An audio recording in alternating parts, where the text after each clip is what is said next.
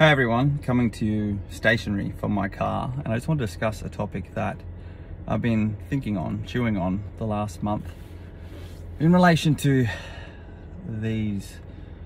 I think the other week was the day against homophobia, transphobia and all that, and I saw something in the media, and there's been a lot of follow-up since, about Peter Dutton, the new Defence Minister, coming down hard on these planned morning teas that were conducted where people could come to the morning teas dressed in, rainbow clothing, wear rainbow pins, whatever it was. And his firm stance to ban these morning teas and to remove this woke culture from defence. And my initial reaction was, absolutely.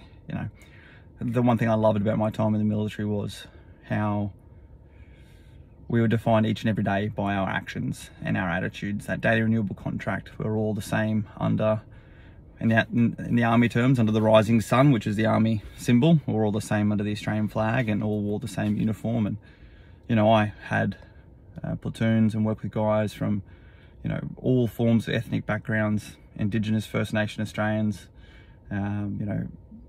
all forms of religions, all forms of skin colours, all forms of everything.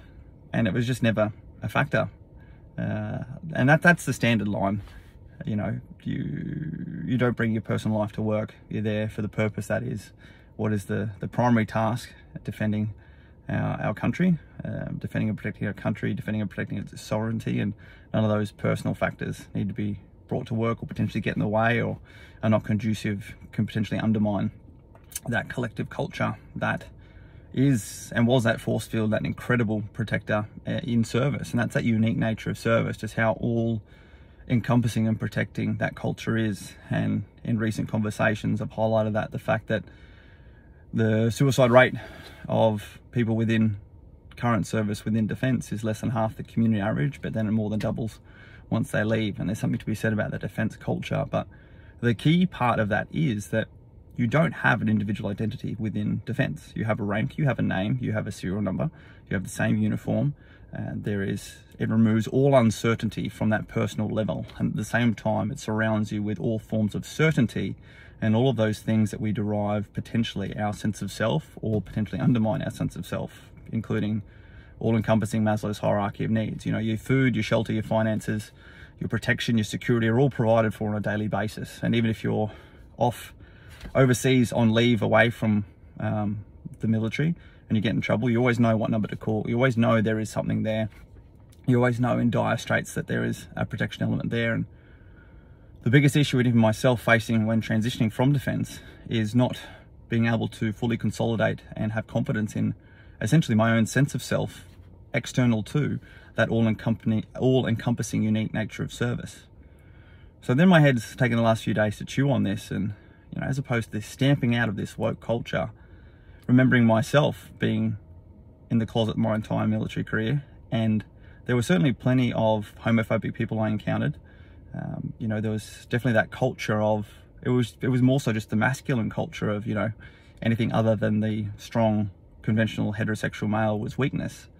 And that's what I took on, and that's what I adopted. And I'm adamant, I've said this hundreds of times, the only person that truly kept me in the closet, the biggest homophobe in my entire life, was myself.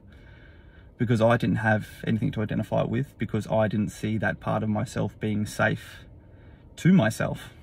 It was shame that I carried, and it was definitely not vulnerability, it was weakness. So then I think back to these morning teas, and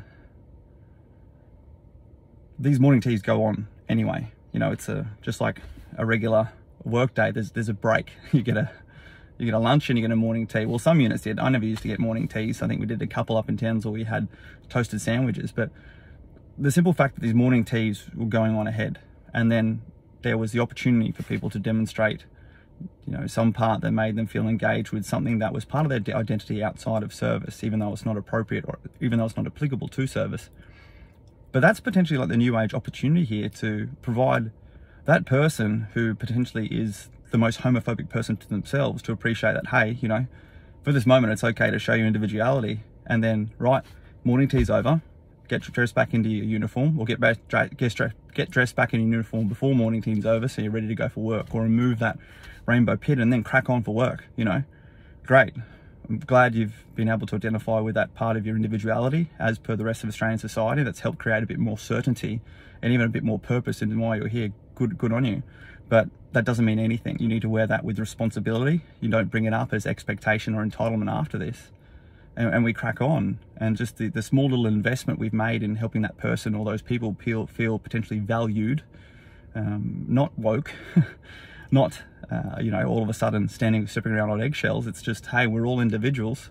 Let's celebrate those small moments we can connect and identify with, not in comparison to each other, but in order to just help us feel more confident in that sense of self, because that's where we're losing people, and that's where people's mental health declines. And I'm lived experience of that, thinking that I was different, something was wrong with me, and that was all in my own head. You know, I didn't see those things around me. I didn't have a single person within my military career that I potentially identified with. I had Oxford Street on Sydney, which I was scared of, you know, drag and midriffs and all this. It was all so foreign to me as, again, that conventional Caucasian military male, special forces stereotype mold.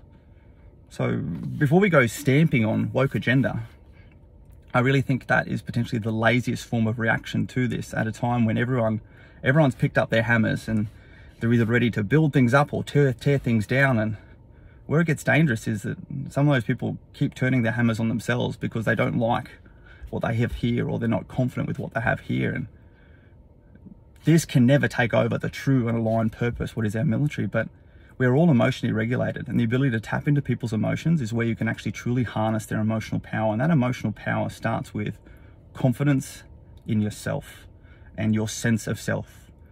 And we need to stop looking at these finite missions, you know.